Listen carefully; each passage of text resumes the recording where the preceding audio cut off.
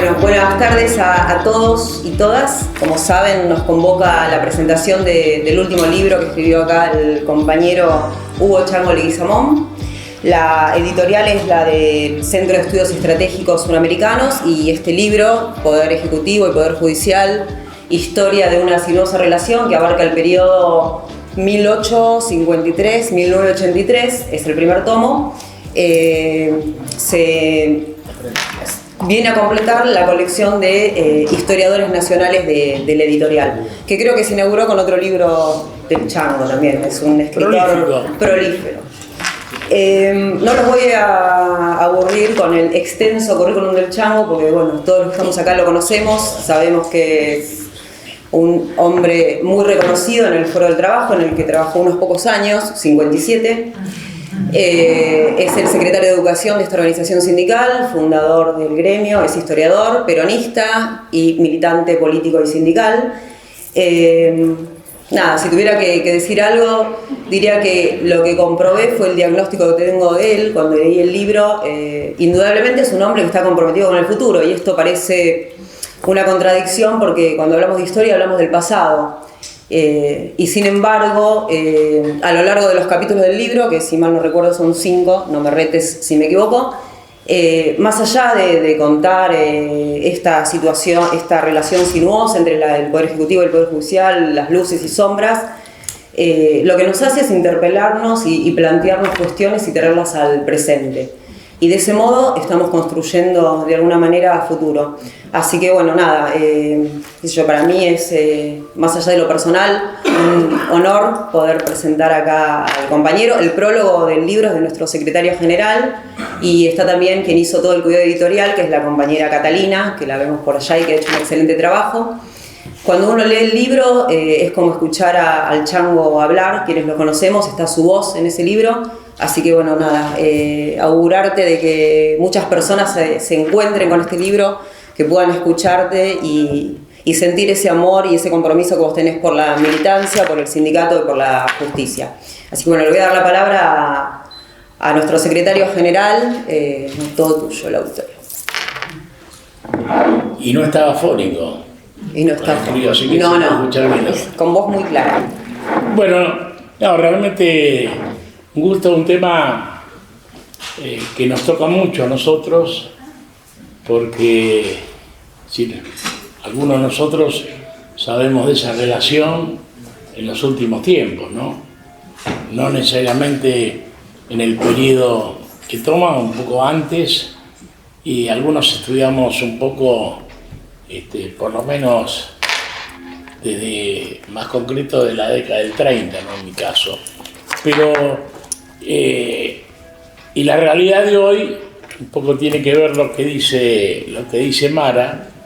Siempre fue una relación complicada, ¿no? Yo creo que a medida que pasa el tiempo se hace más complicada, por cuanto a lo mejor en el siglo pasado era más común, donde gobernaban las oligarquías, que fuera más fácil, aunque van a ver el libro, no siempre fue así, la relación entre el Poder Ejecutivo y el Poder Judicial, ¿no? Pero creo que, digamos, en el presente lo tenemos claro lo conflictivo que es la relación, ¿no? Yo siempre digo que lo que no se banca el Poder Ejecutivo, los gobiernos, no importa el signo que sean, ¿no? Esto es la realidad que venimos viendo en mucho tiempo. No se bancan la Constitución Nacional, si no se banca la división de poderes. Todo pretende que la justicia haga lo que quiere el gobierno de turno, ¿no? Si vemos esa realidad en todo el tiempo, es muy marcada esta situación, y lo vemos en presente hoy día, pero lo vemos en el gobierno anterior, en el anterior y en el anterior, ¿no? Muy pocas veces se respetó en la Argentina una corte independiente, ¿no? En los golpes de Estado está claro que vinieron y pusieron las cortes, salvo en el 30, que la corte generó esa famosa y aberrante doctrina que justificaba los golpes de Estado. Los vericuetos de esa decisión están muy bien detallados y explorados en este libro, pero que generó un antecedente terrorífico, ¿no? Así que cuando leamos el libro, sin buscar el presente, vamos a encontrar correspondencia con el presente actual o de las últimas décadas, por lo menos, ¿no? Tenemos que decir, ayer estábamos en una reunión en la Facultad de Derecho y un ministro de la Corte decía que cómo costaba respetar la independencia de la justicia, ¿no? Y es verdad, cuesta, porque hay que tener un pensamiento democrático muy importante para bancarse eso, ¿no? Las dos veces que creo que se usó los mecanismos con fundamento fue en el gobierno democrático, el primer gobierno de Juan Domingo Perón, que planteó el mecanismo del juicio político para una corte que eran, digamos, de la década infame, una corte que era directamente amainada por el fraude patriótico, y después en la corte más desacreditada, de las más desacreditadas en la historia de la justicia, que es la corte adicta de los 90, que también generó en el 2003 generó el proceso de juicio político que acabó con varios, ¿no? Pero después todas las vueltas fueron intentos plasmados para presionar sobre el poder, ¿no? Y hay muchos casos que miembros de la Corte formaron parte de los poderes ejecutivos. Así que esa interrelación, digamos, siempre operó. Pero me parece que es una obra como todas las del Chango, ¿no? Amena para su lectura, pero profunda en la descripción de la época, ¿no? De cada una de las épocas que nos lleva este presente.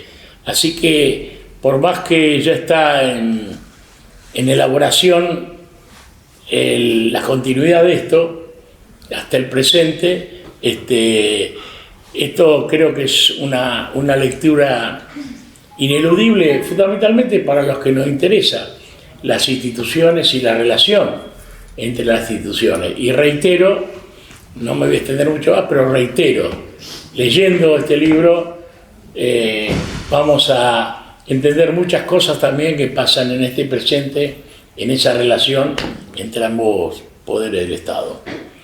Chango. Gracias. Bueno, Tienes que acercarlo. el fundamento lo dijo recién Piumato. El fundamento de este libro es la independencia del Poder Judicial. Eso lo tuve claro desde que empecé hasta que terminé la primera parte. Y lo tengo en claro en todo este proceso que llevo escribiendo la segunda parte. El problema es que pocas veces he visto, o tal como lo decía recién Julio, pocas veces se ha visto esa independencia. Y si yo me metí en la historia desde el principio, desde que la primera corte fue nombrada en una época muy complicada, se estaba haciendo una constitución y había una guerra,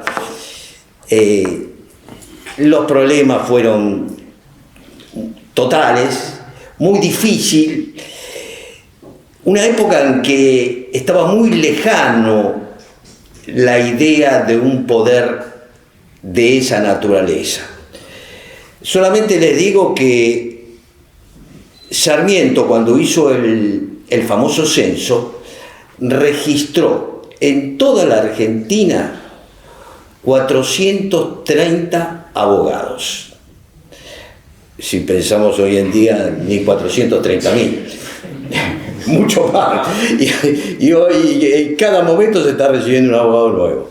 Así que no había, cuando se hizo la corte y cuando se crearon los tribunales, no había abogados. Y los abogados que existían estaban trabajando, eran de la oligarquía, como dijo Pimato, estaban trabajando en sus campos o estaban trabajando en cada una de las provincias políticamente.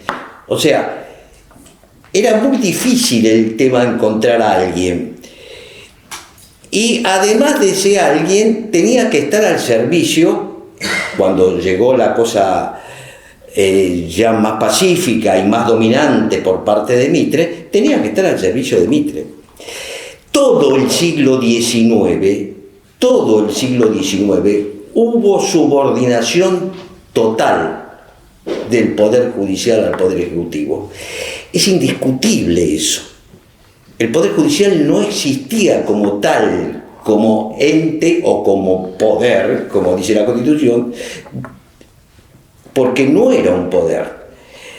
Yo busqué, fíjense, en todos los discursos de apertura, en los discursos que asumían los distintos presidentes, que fueron presidentes muy importantes y demás, Avellaneda, Sarmiento, Roca, todos, si buscaba en los discursos si había alguna referencia a la Corte, al Poder Judicial, ninguna. Googleé, busqué, fui a la biblioteca de la Corte, hice todo, y no había, en esos discursos no había una sola referencia a la Corte. Pero el último año, 1899, encontré, y esto, perdone la vanidad, pero creo que es un lindo aporte, encontré que sí, que Roca hace una referencia. Yo la puse aquí y recién justamente la estaba buscando para leerla concretamente lo que dice Roca, y que yo me volví loco cuando dije, esto dice, fíjese lo que dice Roca cuando asume como presidente a la Asamblea Legislativa, dice lo siguiente: la justicia, base fundamental de la organización social, el signo más alto de la civilización de un pueblo, ha caído entre nosotros en bastante descrédito. El problema judicial debe ser afrontado resueltamente, no solo por deber moral, sino como el medio más eficaz de contribuir, garantizando mejor la vida, la propiedad y los derechos generales. Bueno, lo que se dice hasta el día de hoy sobre la justicia. Lo mismo. ¿Pero qué pasó? ¿Por qué Roca, nada menos que Roca, decía esto? Pero no solamente dijo esto, sino que eso que dijo Roca provocó una convulsión dentro del Poder Judicial que terminó con la renuncia del ministro, de uno de los ministros, y renunciaron dos, pero después retiró, de Velázquez. Terminó con una renuncia, pero ¿qué pasó? ¿Cuál era? ¿Por qué ese descrédito? Y fíjense ustedes que la mayoría, no, casi todos son empecé a buscar en los diarios de la época, en los diarios cuando habló Roca. Y en los diarios de la época, esto todo, vuelvo a decir, todo descubrimiento mío, en los diarios de la época resulta que lo que dice la prensa es que el descrédito provenía de que había mucho juego. O sea, por entonces no existía la Lotería Nacional. Se creó ahí, poquito después, ahí. Pero se jugaba mucho y parece que... Y el problema era que el Banco Nación le hacía préstamos a los jueces, incluso a los ministros, y de ahí y no podían pagar. Y todo era por el juego. Increíble. Además, la prensa dice que algo que en tribunales duró, no sé si creo que no dura, pero que duró mucho tiempo. Hay en tribunales e incluso en los ministros una gran ingesta de alcohol. Los que entramos hace mucho tiempo sabemos que, sobre todo una época, se tomaba mucho en tribunales, ¿no? Es decir, era increíble. Pero bueno, esas dos cosas, el juego y el alcohol, era lo que Roca dijo. Bueno, pero se solucionó mandando Roca que no podían, ya estaba la prohibición del juego de los funcionarios, no solamente de los jueces, sino de todos los funcionarios. Bueno, en ese momento Roca mandó otra ley se prohibió la ingesta de alcohol, etcétera, etcétera, y la cosa cayó un camarista que había venido de Tucumán, bueno, muy poco, terminó la cosa ahí terminó. Pero lo que yo veo muy claro es que cuando se refieren al Poder Judicial, el Poder Ejecutivo es para retarnos. Es una forma también de estar bien subordinado. Porque ni siquiera hizo juicio político. Ni siquiera llegó el juicio político. Era para retarnos, para decirnos cosas a los judiciales en general y, por supuesto, a los ministros de la Corte y a los camaristas. Les cuento que por entonces, a 1900, las cámaras federales, no las nacionales, no hablemos, las cámaras federales recién se estaban creando. Con Mitre se crean los juzgados federales, 4. Y sección.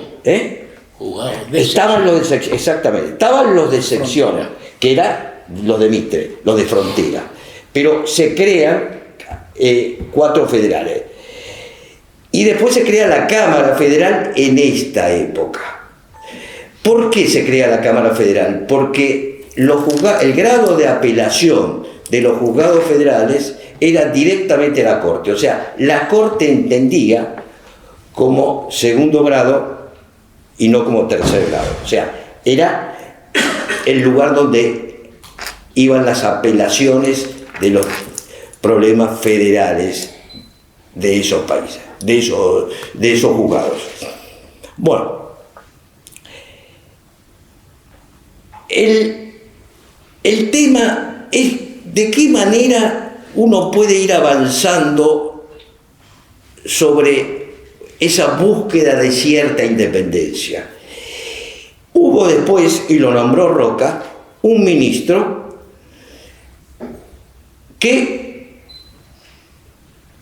estuvo como presidente de la Corte durante 25 años. Hay un salón ahí que se llama Antonio Bermejo, justamente por don Antonio. Antonio Bermejo fue un personaje que lo puso Roca, era un hombre, no venía como gran jurista, era un hombre político del partido, había sido el partido de Mitre, después fue del partido de Roca. Era un hombre, vamos a decirle, no tan formado, pero como pasa muchas veces, la formación se hace ya jugando en primera, como diríamos futbolísticamente. Este hombre va a la Corte y lo primero que quiere es adaptar la Corte a los otros poderes. ¿Qué estaban haciendo los otros poderes? Bueno, por ejemplo, uno de los poderes más importantes había hecho construir el edificio del Congreso. Bermejo quiere hacer construir el Palacio de Justicia. ¿Por qué? Porque era necesario tener una presencia edilicia, pero presencia al fin de un poder. Él creía en la independencia del Poder Judicial, pero no se daba. Bermejo trabajó todos esos años para que ese edificio existiera. Lo inauguró en momentos malos, porque lo inauguró para el centenario en 1910, pero toda la parte de atrás del palacio estaba sin construir.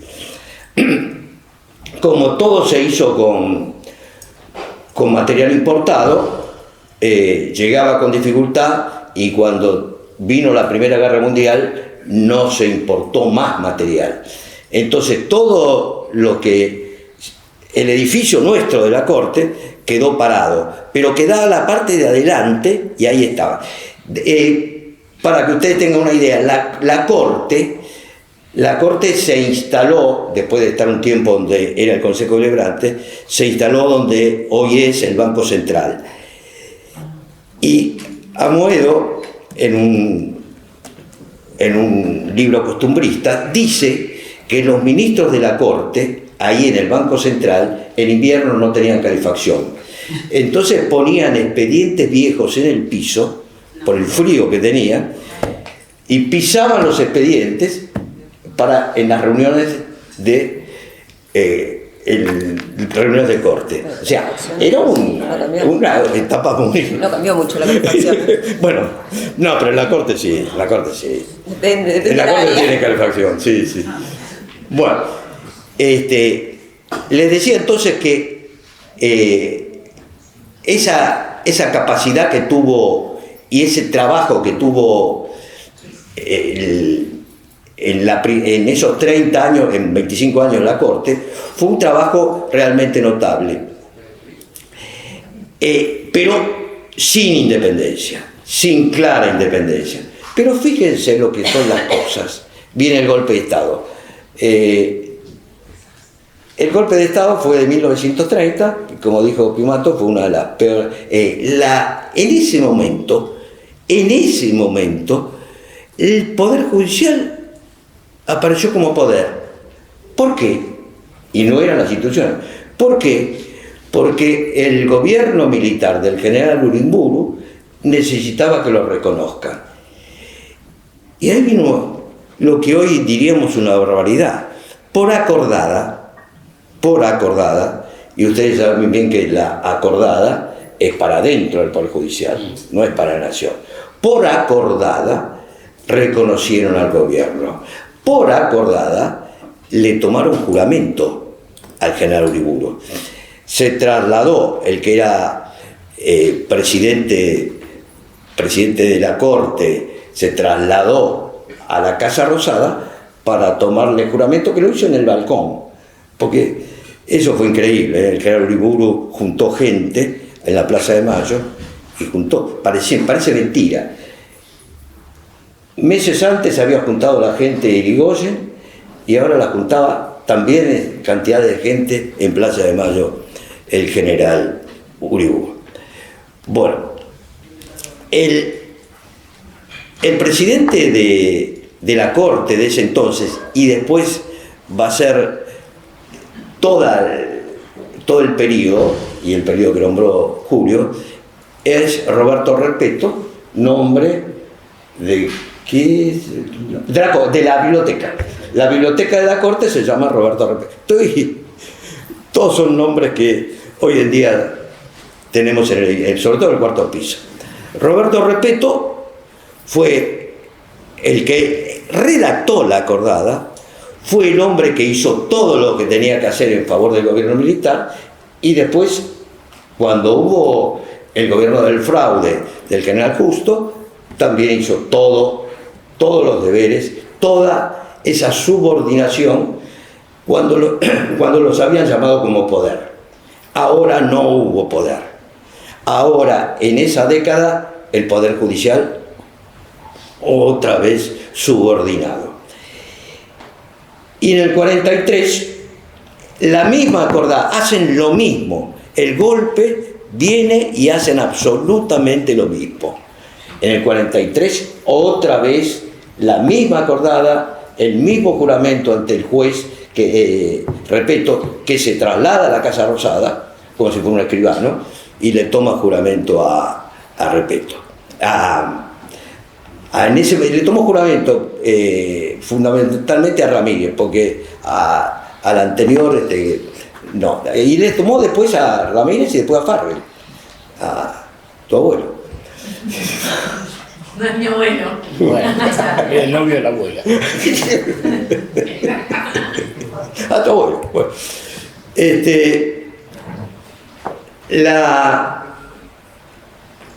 Entonces, hay algunas paradojas. La primera paradoja es esa que dijimos, pero hay una paradoja muy importante del gobierno militar, del 30, no del 43. Que hasta el 30 los presidentes de la Corte eran designados por el Ejecutivo. En el 30, el general Uriburu, tal vez para sacarse el problema de encima, no sé por qué, decidió por decreto que de allí en más los presidentes de la Corte tenían que ser elegidos por la propia Corte. Ese decreto, que nunca fue ley, lo busqué, nunca se hizo ley, es el que está hasta el día de hoy.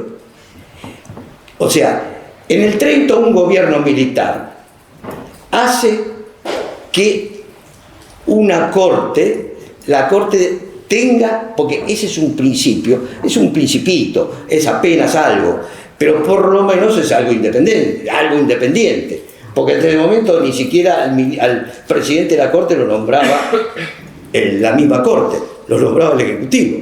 Bueno, ahí tenemos algo, pero fíjense qué paradoja, que sea un gobierno militar el que haga eso hasta el día de hoy. Increíble. Eso no lo encontré yo, sino que lo copié. Ojo.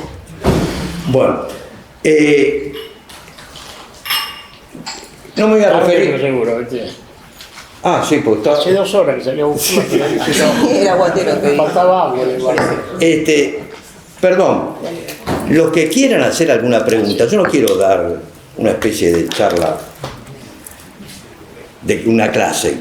¿Sí? Todos los que quieran preguntarme me cortan y preguntan sobre estos temas, que son temas que, como dijo Mara, son temas que de alguna manera tienen presente. Son el pasado, pero un pasado que vive, un pasado que tiene presente.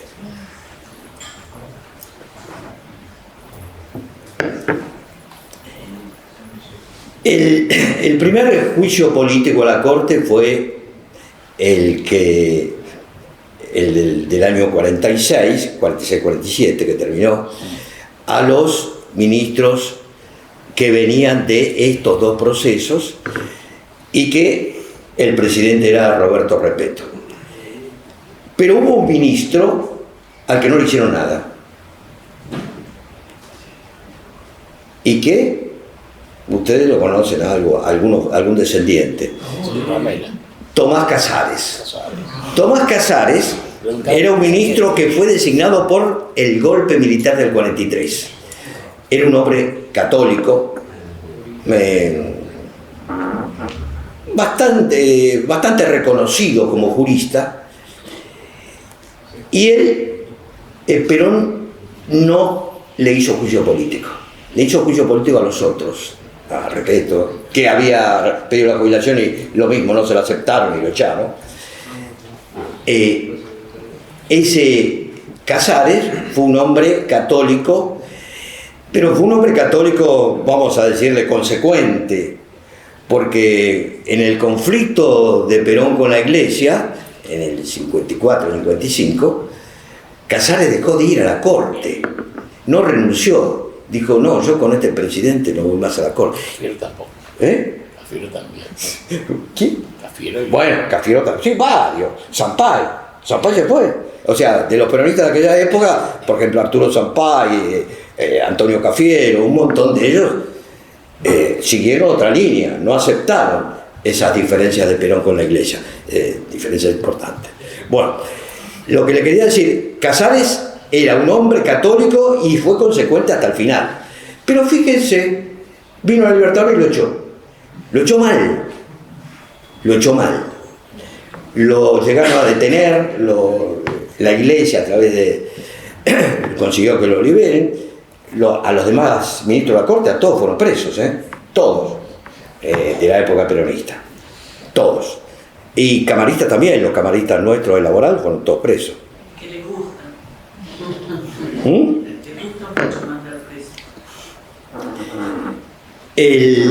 Les decía entonces que allí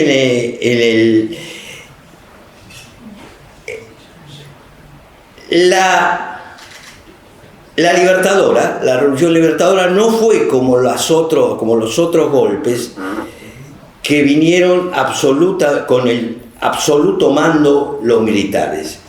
¿Por qué? Porque no disolvieron los partidos políticos. Porque los partidos políticos incluso estuvieron en la Junta Consultiva. Menos el peronismo, por supuesto. O sea, tomaron partido directamente por algo bastante liberal en favor, los militares de entonces, en favor de los distintos partidos políticos. Incluso el socialismo. Todos, el comunismo. todos.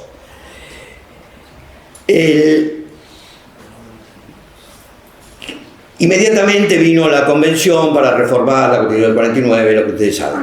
Pero lo que ese gobierno militar designó una corte, y en esa corte estaba un personaje con características políticas muy importantes, venía de Córdoba, que se llamaba Raúl Orgaz.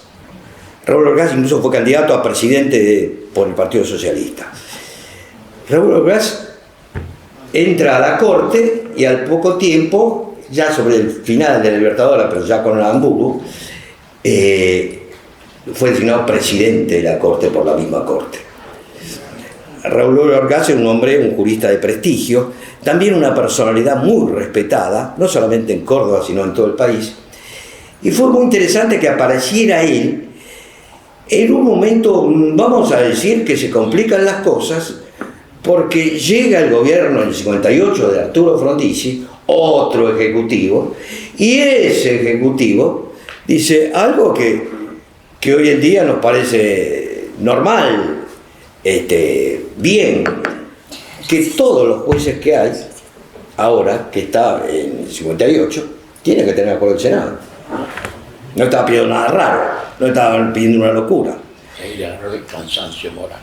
Bueno, ese, después renuncia por cansancio. Bueno, ¿qué pasa ahí? Se niegan. Pero no solamente se niegan y lo encabeza todo un sector de la justicia federal, de la Cámara Federal, que renuncian, sino que, y algo totalmente inédito hasta el día de hoy, esperemos que no pase nunca más, no sé, la Corte resuelve decretar feria judicial por tiempo indeterminado. Una locura. Feria judicial por tiempo indeterminado. A raíz de que querían que todo lo... Pero esa es otra cosa increíble en la historia. No veo mucho desconformismo si pasara. Bueno. Depende del mes.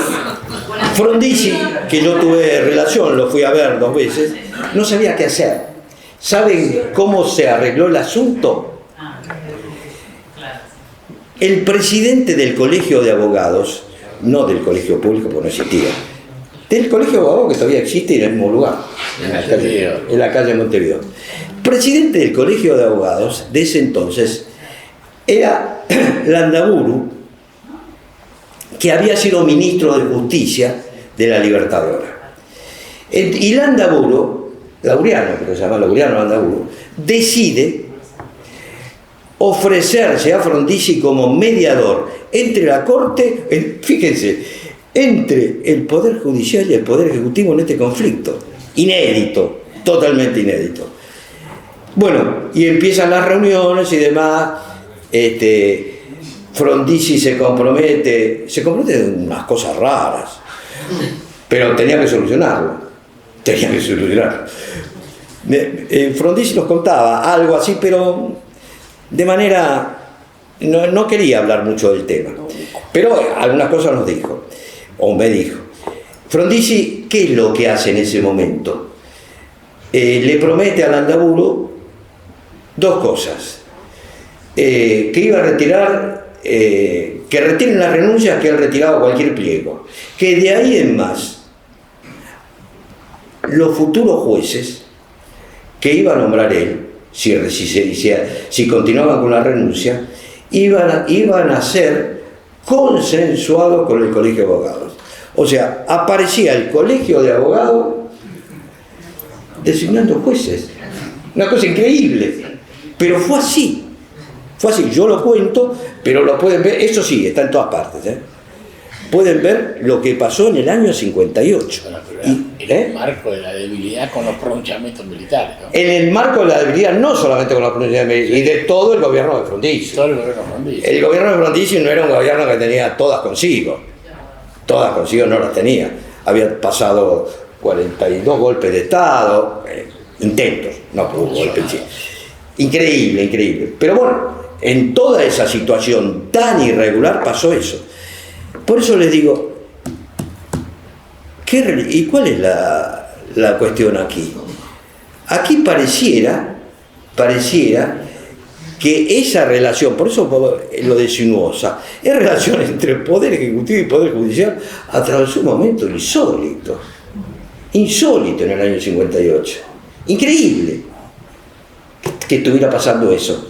Está bien que sucedían cosas, pasaron cosas, como digo, pasaron cosas dentro del Ejecutivo, pasaron cosas. Quiso ampliar la Corte.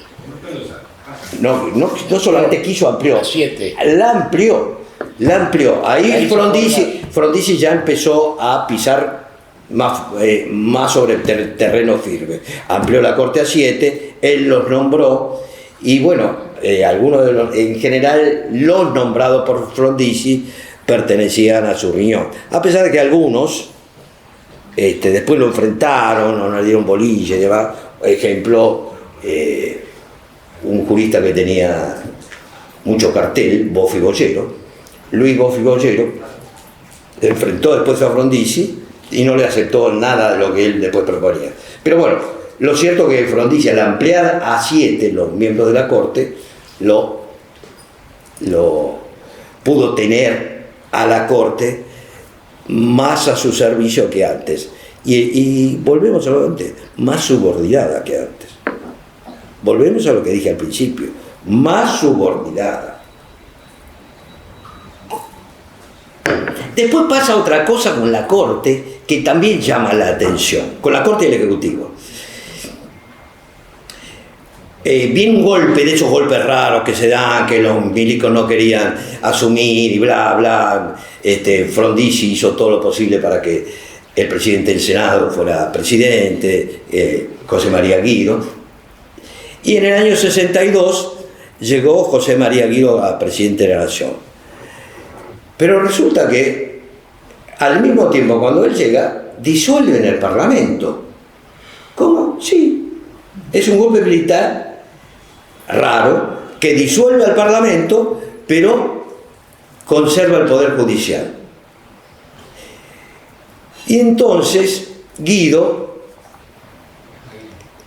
dice, ¿qué hago?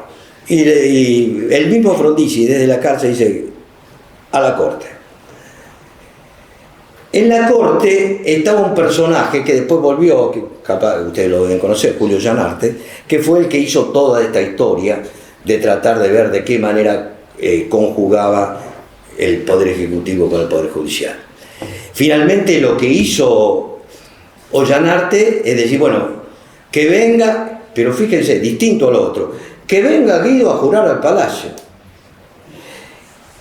Y me contaba, esto ya gente del Poder Judicial, que Guido entró en el año 62, les aclaro que yo entré al Poder Judicial en el año 63, así que ya alguna noticia personal tengo, ¿no? Por acá hay gente que entró antes que yo. Bueno, yo entré en el no tanta. Guido me decía que cuando entró, venía solo, me decían la gente de tribunales, que entró solo al Palacio por la puerta principal, solo, sin custodia, sin nada, vengo a jurar. ¿Qué? Y el ascensor, que hoy es el día de los magistrados, no lo vio, siguió hasta donde están los otros ascensores. Y ahí el ascensorista de ahí dijo, pero ¿usted a dónde va? A jurar. ¿Pero usted quién es? José María Guido, el futuro presidente de la Nación. Así fue. O sea, fue solo, totalmente solo, a jurar. Cuando llegó, lo hicieron en el salón de té, lo hicieron, siéntese acá, que ya vamos a venir. Y después se empezaron a reunir, estuvo ahí como media hora sentadito. Así fue como juró Guido. Fíjense, ese era el Ejecutivo, parecía muy débil. Y parecía que la Corte era muy fuerte. Y no era tan así. Pero la relación, y eso es lo que nos interesa, la relación entre Ejecutivo y Justicia tuvo esa característica increíble, increíble. Y ya para terminar, porque no quiero, y además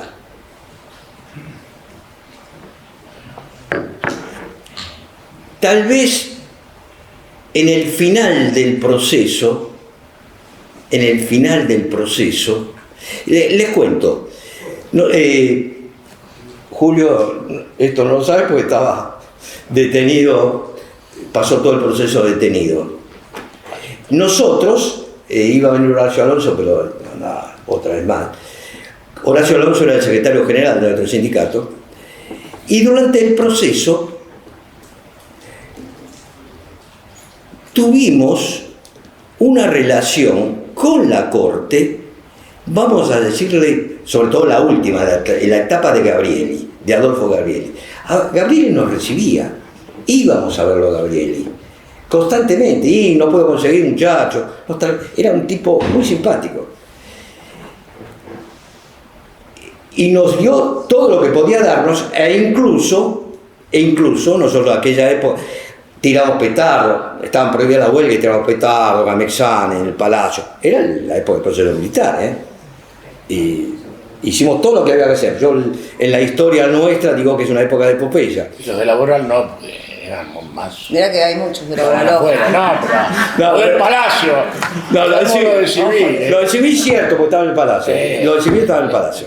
Bueno, nosotros estamos afuera. Pero íbamos a tirar la mesa. Mandamiento también estaba en el palacio. Sí, también estaba. Bueno, Yo no estaba, ¿no? Sí. El tema fue que cuando llegó antes con Gabrieli, y sobre todo él nos hizo el contacto con los milicos del Ejecutivo, conseguimos la ley de enganche en pleno proceso. Y la paradoja fue que cuando subió Alfonsín, la ley de enganche fue derogada. No. Y metieron los plus. Bueno, exacto. Y metieron Parcialmente. Parcialmente, pero la derogaron. Los plus. Pero otra cosa. En ese momento, Alfonsín venía, y con esto termino porque termina mi libro ahí. Alfonsín venía con una idea muy fija: el juicio a los militares. Lo tenía muy claro, y el presidente, y quien eligió para la corte, y que él hizo que fuera presidente, no lo eligió él porque lo eligió la corte, por lo que dije antes, era Genaro Carrió, un hombre totalmente identificado con esa línea. Nosotros, yo todavía estaba en comisión directiva, Piumato ya estaba libre, pero era los 15 días primeros de Alfonsín. Pedimos una audiencia con Carrió, con Genaro Carrió. Nos recibió de pie, parado, no nos daba bolilla. Y además, nos dijo que para él el sindicalismo en la justicia no podía existir, no tenía que existir. O sea, todo lo contrario de lo que había hecho un ministro de la Corte del proceso. Esas cosas que pasan. Muy radical. ¿Que Genaro Carrió era radical? Sí, pero no era del radicalismo, qué sé yo, de la juventud, de la coordinadora. Era un radicalismo Alfonsín tuvo lo que llamaban, ¿qué dijiste? Los filósofos. Radicalismo madurez. Sí, es que no eran ni radicales, porque Nino, el inspirador de todo esto, y el amigo de Carrió, sí, antiperonista a muerte, eso es lo que era. Y Alfonsín también. Alfonsín no solamente era antiperonista, como dice él, sino antisindicalista, porque a los 15 días de estar en el gobierno ya mandó el proyecto de la ley Buch. A los 15 días. Y bueno, era liceísta. Bueno, como arquitecto. Fíjense, aquí terminó mi libro, esta parte, y ya empecé a trabajar la otra parte, porque me gustaría charlar un montón sobre esto, sobre todo con Fioribelo, que sufrió toda esta etapa. Pero lo de Alfonsín y después Menem, como bien dijo él, son toda una etapa que también esas marchas y contramarchas del Ejecutivo, pero también al final de cuentas, la subordinación del Poder Judicial al Poder Ejecutivo estuvo presente. Incluso, bueno, y ahora con esto termino, incluso Menem, lo vi la otra vez cuando estaba hojeando en la biblioteca unos diarios de la época de Menem, en un reportaje en La Nación, dice específicamente, las Cortes y el Poder Judicial están subordinados al Ejecutivo. Díganme, le dice al periodista, dígame usted, ¿en qué lugar del mundo no existe esa subordinación? ¿En qué lugar del mundo no existe? O sea, para Menem, y no es el único, abonaba la teoría Barra. Abonaba la teoría, Barra decía lo mismo. Que la de Hitler del 33. Bah, sí. Sí. Sí, Barra. Que después Cristina la reflotó hace unos años. Sí. Pero bueno, con esto quiero terminar, decirle claramente cómo fue. No, en serio. Dale. La doctrina que una corte no puede.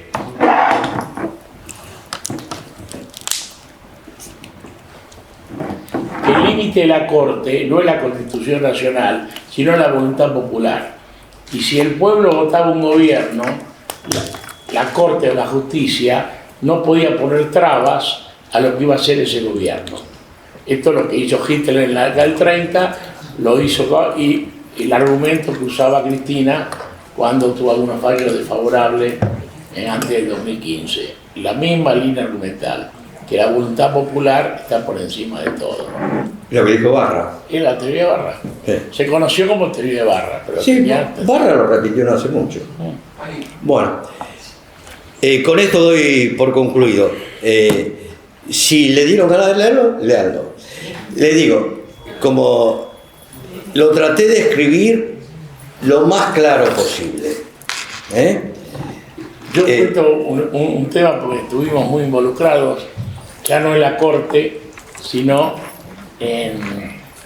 porque cuando gana Alfonsín, manda todos los jueces en comisión. Así es. Y que en realidad los únicos fueros que movieron fueron federal, seguro, federal penal, lo cambiaron todo. Pero después no cambiaron nada. Incluso comercial, que era el secretario de Justicia. No, la bola cambiaron, pero toda la previa. No tanto. Pero toda la previa. Lo que más cambiaron fueron el fuero especial, civil y comercial, porque tenían que acomodar gente y entonces usaron al fuero, rajaron a todos el fuero especial, civil y comercial para cumplir con los compromisos. Pero comercial fue famoso porque al único que echaron fue a Pancho Bosch, que era nacionalista, que en la época de la dictadura tuvo los fallos más rescatables, los votos más rescatables de la Cámara Comercial contra las políticas de Martínez de Oz que beneficiaban la usura. Entonces, cuando ganan, lo escrachan, lo echan de la facultad y lo echan de... Y en cambio, con toda la lacra comercialista, que como era el segundo de Alconada, era el de comercial, que tenía el estudio comercial, uno de los más famosos. Sí. Y la regla, con todo se hace el fuero comercial a su medida de su estudio, y salvo Pancho Bosch, a todo lo demás los ratifica. River. No. Conódera. ¿Te acordás de quién era? No. ¿Te acordás? No. Pero muy conocido. Era el secretario de Justicia, que era comercialista. Me sale Yarvide, no era Yarvide. Pero era Ollanarte. Ollanarte no era. No. Sí. Pero bueno, él se armó, una vez que terminó, renunció como secretario de Justicia, porque ratificó una vez que le dieron el acuerdo a todos los jueces del fuero comercial. ¿No te referís a lo que después la mujer fue candidata también a juez? Puede ser. A ver, ahora con esto no. Bueno. Dumont, Banossi. Banossi no. Dumont. Bueno, muy conocido. quería agradecer a todos los que han venido a la presentación del libro, porque se han tomado la molestia, han sacrificado horas y están acá. O sea, han dado un marco que la verdad que me hace muy feliz que todos ustedes estén aquí por este tema del libro. Así que muchas gracias a todos y espero que lo lean y que vengan a la presentación de la segunda parte del libro, que es más complicada. Me está resultando más complicada, ¿no? Pero hay momentos, pero vieron ustedes que hubo también momentos muy difíciles en esta etapa, muy difíciles. Bueno, gracias a todos.